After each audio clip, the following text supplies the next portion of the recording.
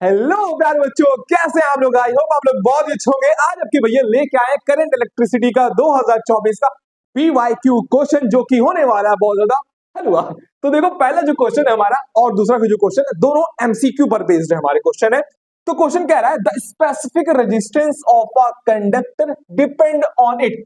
भैया ये कह रहा है कि स्पेसिफिक रेजिस्टेंस वो किन फैक्टर्स पे डिपेंड करता है। तो देखो, तुम्हारे दिमाग में पहले क्वेश्चन होगा, भैया ये स्पेसिफिक रेजिस्टेंस क्या होता है। हमको तो रेजिस्टेंस के बारे में पता, भैया ये तो रुकावट होती है ना, बहुत अच्छे तरीके से जानते हो इसका मतलब क्या होता है, रुकावट होता है रेजिस्टेंस। मतलब ये स्पेसिफिक रेजिस्टेंस क्या होता है।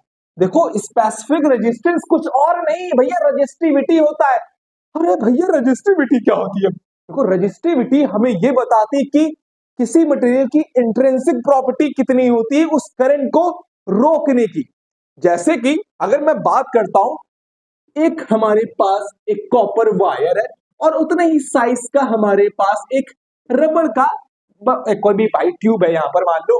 अब क्या होता है, जैसे कि मैं बात करता हूं, ये मटेरियल हमारा कॉपर है और ये हमारा क्या है, रबड़ है। तो अगर मैं बात करता हूं कि सबसे ज्यादा करंट को कौन रोकेगा, कौन स्ट्रांगली रोकेगा, तो बात तुम्हारे दिमाग में चल रहा है, भैया ये रबड़ रोकेगा। तो इसका मतलब क्या है, इसकी इंट्रिंसिक प्रॉपर्टी बहुत ज्यादा क्या है, हाई है। मतलब कि इसकी रजिस्टिविटी बहुत ज्यादा होती है। बाबू, रजिस्टिविटी क्या होती है, एक मटेरियल की करंट को रोकने की क्षमता ये इतनी होती है, बस। और कुछ भी दिमाग में रख घुमाना अपने, ठीक। ये क्या होती है, रजिस्टिविटी इसकी क्या है, हाई है, और इसकी क्या है, लो है। मतलब कि करंट को काफी कम रोक पाता है। और ये रबड़ क्या होता है, इसकी रजिस्टिविटी बहुत ज्यादा होती है। पता चल गया। अब इस रजिस्टिविटी के बारे में थोड़ा और कुछ तुम्हें बताते हैं जो एग्जाम के दिन आ भी सकता है तुम्हारे। देखो बाबू, ये जो पैसिव रेजिस्टेंस, इसको हम लोग रेजिस्टिविटी कहते हैं, इसका जो सिंबल होता है, इसका जो सिंबल होता है हमारा भैया, ये होता है रो। क्या होता है इसका सिंबल, रो होता है, ठीक। अब इसकी एसआई यूनिट क्या होती है, इसकी जो एसआई यूनिट होती है वो होता है ओम मीटर। भैया इसकी एसआई यूनिट होती है हमारी क्या, ओम मीटर होती है, ठीक। ओम मीटर, ओम मीटर। भैया अरे सॉरी, माफ कर देना, ओम मीटर होती है हमारी, ये ओमेगा होता है हमारा, ठीक। इसको हम लोग क्या कहते हैं, ओमेगा कहते हैं हम लोग। अब बात करते हैं इसका फॉर्मूला क्या होता है। अगर मैं फॉर्मूले की बात करते हैं तो उसका फॉर्मूला जो होता है हमारा, ये इस तरीके से होता है, RA/L। ये होता है क्या हमारा फॉर्मूला, रेजिस्टिविटी। बच्चों में बात करने वाला हूं उसके फैक्टर की। तो देखो, ये स्पेसिफिक रेजिस्टेंस किन किन फैक्टर्स पे हमारा डिपेंड करता है। पहला डिपेंड करता है हमारा मटेरियल पर। किस पर करेगा, हमारा मटेरियल पर करेगा। दूसरा करेगा हमारा टेम्परेचर पर। किस पर करेगा, अगर फैक्टर के बारे में एग्जाम के दिन पूछ लिया, एग्जाम के दिन अगर फैक्टर के बारे में पूछ लिया कि रेजिस्टिविटी किन फैक्टर पे डिपेंड करती है, तो क्या बताओगे उल्लुओं। भैया बताना होगा कि मटेरियल पर और दूसरे टेम्परेचर पर। ये ना बता देना भैया लेंथ, एरिया क्रॉस सेक्शन, ये सब नहीं बताना रहेगा, गलत हो जाएगा। ये लेंथ, एरिया क्रॉस सेक्शन और रेडियस, ये चीजें डिपेंड, मतलब कि ये जो फैक्टर है ये हमारा रेजिस्टेंस का है, हमारा किसका है, हमारा ये रेजिस्टेंस का है, ठीक। मगर रेजिस्टिविटी का जो फैक्टर है वो क्या है, हमारा मटेरियल है। क्या है, हमारा मटेरियल है। दूसरा क्या होगा, ये हमारा क्या होगा, मटेरियल का हो जाएगा। और जो दूसरा हो जाएगा हमारा, वो हो जाएगा हमारा टेम्परेचर पर, ठीक। इन दो फैक्टर पे हमारा स्पेसिफिक रेजिस्टेंस डिपेंड करता है। अब हम बात करने वाले हैं हमारे दूसरे क्वेश्चन, जो कि हमसे कह रहा है, the potential difference between terminal of a cell in a close electric circuit is. भैया हमसे पूछ रहा है कि बताओ पोटेंशियल जो डिफरेंस मिल रहा है हमको टर्मिनल किसका, सेल का, किसमें, इलेक्ट्रिक, मतलब क्लोज इलेक्ट्रिक सर्किट का, तो वो क्या होगा हमारा। तो देखो क्या होता है, जब सर्किट हमारी ओपन होती है, क्या होती है बबुआ, जब सर्किट हमारी ओपन होती है तो उस समय हमारा भी कोई भी करंट, कोई भी चार्ज लॉस नहीं होता है। सभी को पता है ना, जब भी अगर सर्किट हमारी ओपन होती है तो कोई चार्ज लॉस होता है। भाई बैटरी है, हमारे टर्मिनल सेल का दो पॉजिटिव और नेगेटिव, एक पॉजिटिव एक नेगेटिव है। सर्किट हमारी मान लो यहां पर है, सर्किट हमारी क्या है, ओपन है, तो यहाँ पे कोई चार्ज लॉस हो रहा है, भैया कोई चार्ज लॉस नहीं हो रहा है। तो उस समय हमारा जो पोटेंशियल मिलेगा, हमारा जो पोटेंशियल मिलेगा, ध्यान देना, सुनना ध्यान से पहले, जब सर्किट हमारी क्या हो, ओपन, ओपन हो, तो कोई भी चार्ज हमारा लॉस नहीं होगा। अब दोनों में हमको जो पोटेंशियल मिलेगा, वो जो पोटेंशियल मिलता है वो पोटेंशियल हमारा कहलाता है क्या, EMF, ठीक, इलेक्ट्रोमोटिव फोर्स। बस अब ध्यान देना, यहां पे जो सर्किट है हमारी वो कैसी है, क्लोज्ड इलेक्ट्रिक सर्किट है। हम तो अभी तो बता रहे थे क्या, ईएमएफ के बारे में, जो कि सर्किट ओपन होता है तब। अगर जब सर्किट हमारी क्लोज हो जाती है तो उस केस में क्या होता है, जब सर्किट हमारी क्लोज हो जाती है, क्या हो जाती है, वो क्लोज हो जाती है, तो बैटरी के अंदर एक रेजिस्टेंस होता है जो उसके अंदर खुद ही होता है हमारा, जिसको हम आईआर कहते हैं। बैटरी के अंदर एक आईआर हमारा रेजिस्टेंस होता है, उसके अंदर हमारा कुछ चार्जेस लॉस होता है, कुछ करंट लॉस होता है। अब जब हम उसमें पोटेंशियल देखते हैं दोनों के बीच में, दोनों टर्मिनल के बीच में, वो जो हमें मिलता है वो हमारा कहलाता है क्या, टर्मिनल वोल्टेज। क्या कहलाता है हमारा, टर्मिनल वोल्टेज। तो ये था हमारे दोनों एमसीक्यूज के क्वेश्चन का आंसर। आई होप आपको समझ में आ गया होगा। अगर कोई भी डाउट होता है इस चीज को लेकर तो कमेंट बॉक्स में कर सकते हो। अब बात करते हैं हमारे अगले क्वेश्चन की। बस एक समझ लेना, ओपन सर्किट रहेगा तो हमारा ईएमएफ कहलाएगा, इलेक्ट्रोमोटिव फोर्स। अगर सर्किट हमारी क्लोज रहेगी तो क्या कहलाएगा हमारा, टर्मिनल वोल्टेज। दैट्स इट, उसके अलावा कुछ भी नहीं यहाँ करना है। तो अगला क्वेश्चन, और ये क्वेश्चन में हमसे पूछा गया है कि एक सर्टेन मटेरियल है जिसमें हमारा वोल्टेज और करंट की रीडिंग दी गई है इस टेबल में, जो कि यहाँ पे बना हुआ है हमारा। अब हमसे इसमें जो पहला पार्ट पूछा गया, इसमें कह रहा है state whether the conductor use is ohmic और नॉन ओमिक। इसमें जो कंडक्टर यूज किया गया है वो क्या होगा हमारा, ओमिक होगा कि नॉन ओमिक होगा। अबे हमें तो पता है भैया इसका आंसर क्या होगा, क्या होगा इसका आंसर। अरे भाई तुमसे पूछ रहा हूँ क्या होगा इसका आंसर, अरे बताओ यार, वेट करो कब से। अब नॉन ओमिक होगा, क्या होगा, नॉन ओमिक। कैसे पता भैया कि इसका आंसर नॉन ओमिक होगा। अरे ओम्स लॉ पढ़ा कि नहीं तुमने। अरे ओम्स लॉ क्या कहते थे हमसे, ओम्स लॉ हमसे ये कहते थे, अगर बेटा वोल्टेज बढ़ेगा तो करंट भी हमारा बढ़ेगा। है सीखने से बढ़ती भैया, आई बढ़ेगा। तो मतलब कि वोल्टेज बढ़ने से करंट भी हमारा क्या होता है, बढ़ता है। इसका मतलब वोल्टेज इज डायरेक्टली प्रोपोर्शनल होता है। ये हमसे ओम्स लॉ कह के गए थे। तो पर बताओ क्या ये ओम्स लॉ को फॉलो कर रहे हैं हमारा, देखते हैं। ठीक भैया, वोल्टेज बढ़ता हुआ दिख रहा है, क्या करंट बढ़ता हुआ दिख रहा है, ना भैया करंट तो यहाँ पे डबल तो नहीं हो रहा है, यहाँ पे तो वोल्टेज तो हमारा हो जा रहा है पर करंट नहीं हो रहा है। इसका मतलब ये जो होगा हमारा नॉन ओमिक होगा, ओमिक नहीं होगा। क्या होगा इसका आंसर, नॉन ओमिक होगा। अब हमसे कह रहे हैं जस्टिफाई योर आंसर, हमसे जस्टिफाई करवा रहे हैं। देखो अब इसको जस्टिफाई करना है तो जस्टिफाई कैसे कर सकते हैं। अब देखो क्या होता है, नॉन ओमिक में हमारा रेजिस्टेंस कांस्टेंट नहीं रहता, रेजिस्टेंस हमारा क्या होता है, कांस्टेंट नहीं होता है। ओम्स लॉ में हमारा रेजिस्टेंस कांस्टेंट होना चाहिए। क्या होना चाहिए, रेजिस्टेंस कांस्टेंट। ये याद रखना। ओम्स लॉ हमसे कह रहा है रेजिस्टेंस में क्या होना चाहिए, हमारा कांस्टेंट होना चाहिए, पर नॉन ओमिक में हमारा रेजिस्टेंस कांस्टेंट नहीं रहता है। चलो देखते हैं, पहले जस्टिफाई करते हैं। तो रेजिस्टेंस निकालने का जो फॉर्मूला होता है वो क्या होता है, क्या होता है, V बाई आई। क्या होता है हमारा, V बाई आई। चलो देखते हैं, वोल्टेज रखता हूं, चलो ठीक है। करंट कितना हमारा 2 एम्पियर है, तो कितना निकल गया है हमारा रेजिस्टेंस, 5.0 ओम्स। ये हमारा भाई 5 से ले तो कोई दिक्कत नहीं है, क्या निकल गया हमारा 5 ओम निकल के आ गया पहला। अब दूसरा का देखते हैं हम लोग, दूसरा निकल गया है हमारा वोल्टेज कितना है, 3 एम्पियर है हमारा। इसमें कितना निकल के आएगा, जो कि 6.67 ओम्स हमारा निकल के आया दूसरे रजिस्टर। अब तीसरे में देखते हैं हम लोग, हमें कुछ दिख रहा है तो क्या हो रहा है, क्या हो रहा है यहाँ पर, अभी देखो तीसरा वाला, तीसरा में देखते हैं 30 और 4। तो करते हैं पीटते हैं तो हमारा 7.5 एम्पियर। तो देखना भाई एम्पियर कहां से लिख गया भाई, करंट थोड़ी निकाले हम तो रेजिस्टेंस निकाले हम लोग। तो ये देखो क्या यहाँ पर हमारा रेजिस्टेंस कांस्टेंट हो रहा है, रेजिस्टेंस कांस्टेंट दिख रहा है, वो 5 ओम, 5 ओम, 6.67 ओम, फिर उसके बाद आया 7.5 ओम। ठीक, क्या यहाँ पे रेजिस्टेंस कांस्टेंट दिख रहा है, रेजिस्टेंस कांस्टेंट नहीं दिख रहा है। इसका मतलब ये जो होगा ये नॉन ही ओमिक होगा, नॉन ओमिक में हमारा रेजिस्टेंस कांस्टेंट नहीं रहता। यहाँ पर हमने अपने आंसर को जस्टिफाई करवा लिया। अगर ऐसा क्वेश्चन इन द फ्यूचर पूछता है तो तुमको इसी तरीके से करना होगा अपने आंसर को जस्टिफाई करने के लिए, वरना नहीं कर पाओगे जस्टिफाई। अब हमसे तीसरा पार्ट पूछा गया है, स्टेट्स ओम्स लॉ।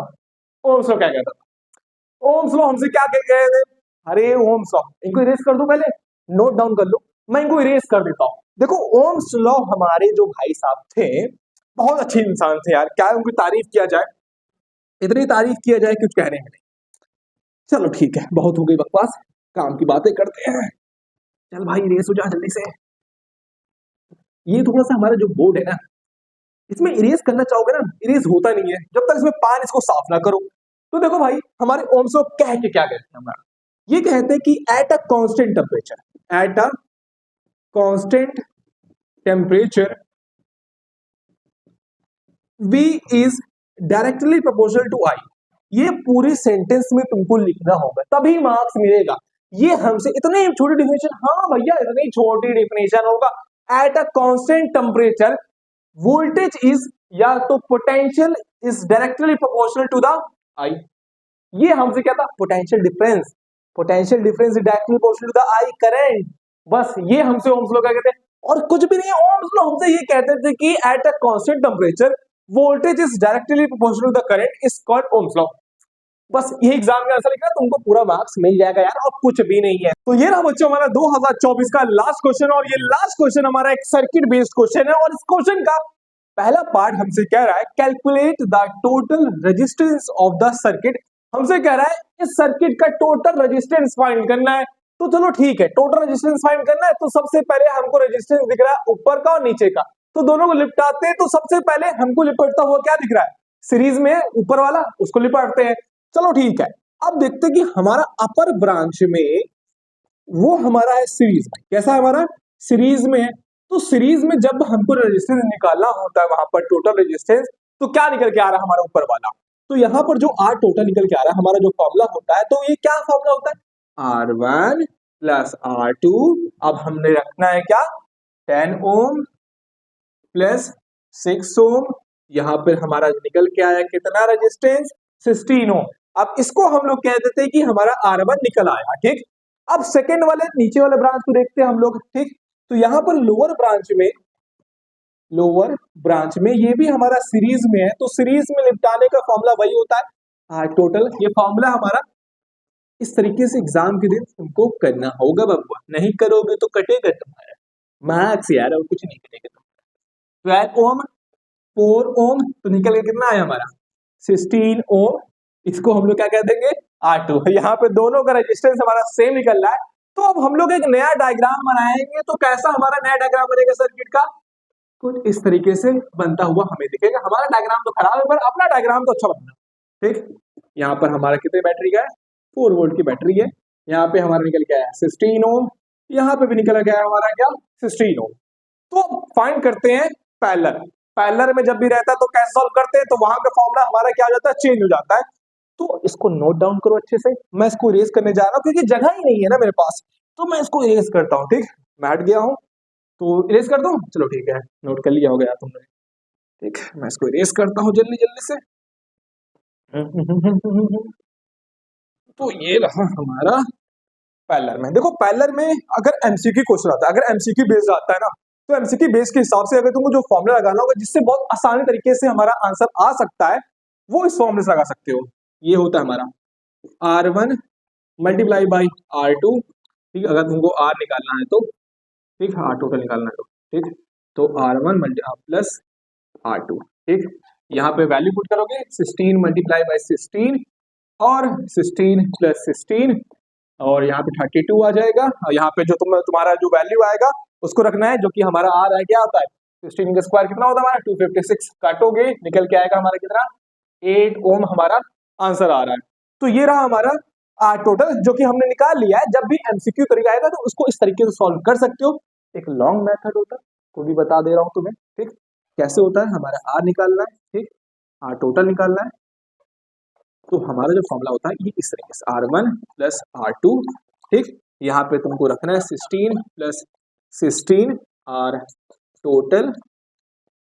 अब हमारा जो निकल के आया एचसीएम 16/2। अब इसको ऊपर नीचे करोगे, काट पीटोगे, तो हमारा जो निकल के आएगा वो 8 ओम ही निकल के आएगा हमारा R टोटल, ठीक। ऐसे कर दे रहा हूँ, R ये टोटल निकल के आ गया हमारा, ठीक।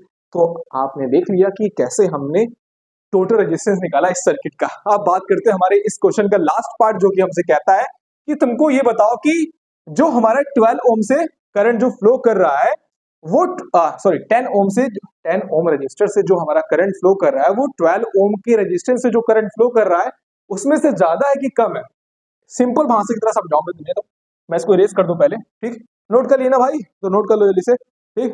नोट कर लिया होगा, तो मैं बताता हूँ कैसे इसको हम लोग सॉल्व करते हैं सेकंड क्वेश्चन को।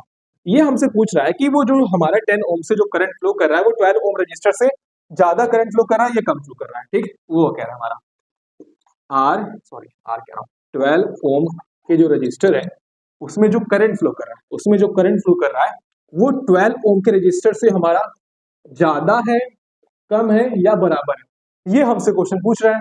ठीक, अब इस टाइप का जब भी क्वेश्चन आया कि रजिस्टर पूछे कि करंट हमारा ज्यादा फ्लो कर रहा है या कम फ्लो कर रहा है, तो उसके लिए हम फॉर्मूला लगा देते हैं, देख लेते हैं कि वही निकल रहा है कि नहीं। तो देखते हैं कि हमारा जो करंट है आई टोटल देखते हैं ना कि करंट हमारा कितना फ्लो कर रहा है। तो आई टोटल देखने के लिए हमारा जो फॉर्मूला होता है वो होता है क्या, V बाई आर। ठीक, तो हम वैल्यू की पुट करते हैं, हमारा वोल्टेज कितना है, हमारा 4 वोल्ट है। ठीक है, ठीक 4 वोल्ट है। और कितना हमारा रजिस्टर, कितना हमारा रजिस्टर कितना निकला, हमारा रजिस्टर कितना निकला, हमारा कितना निकला भैया, 8 निकला। ठीक, सॉरी ऊपर सर्किट देख रहे हैं, 8 की देखेंगे, टोटल थोड़ी देख रहे हैं, 16 देखेंगे। तो जब कांटे पीटेंगे तो हमारा जो आंसर निकलेगा ये आ रहा है हमारा 0.25 एम्पियर। ये हमने ऊपर का निकाला। यही कह रहे हैं कि 10 ओम में ज्यादा करंट फ्लो कर रहा है या 12 ओम से ज्यादा फ्लो कर रहा है या कम फ्लो कर रहा है। तो हम दोनों निकाल लेते हैं, तो यहाँ का भी आई टोटल निकाल लेते हैं हम लोग। तो V बाई आर यही का भी हो जाएगा, इसका भी। तो इसमें जो हमारा वोल्टेज है वो यही हो जाएगा, 16 निकल के आया। तो इसका भी हमारा जो निकल के आ रहा है करंट वो 25, मतलब कि यहाँ पे हमको दिख रहा है कि यहाँ पे जो करंट फ्लो कर रहा है 10 ओम रजिस्टर और 12 ओम रजिस्टर्स में वो बराबर करंट निकल के आ रहा है।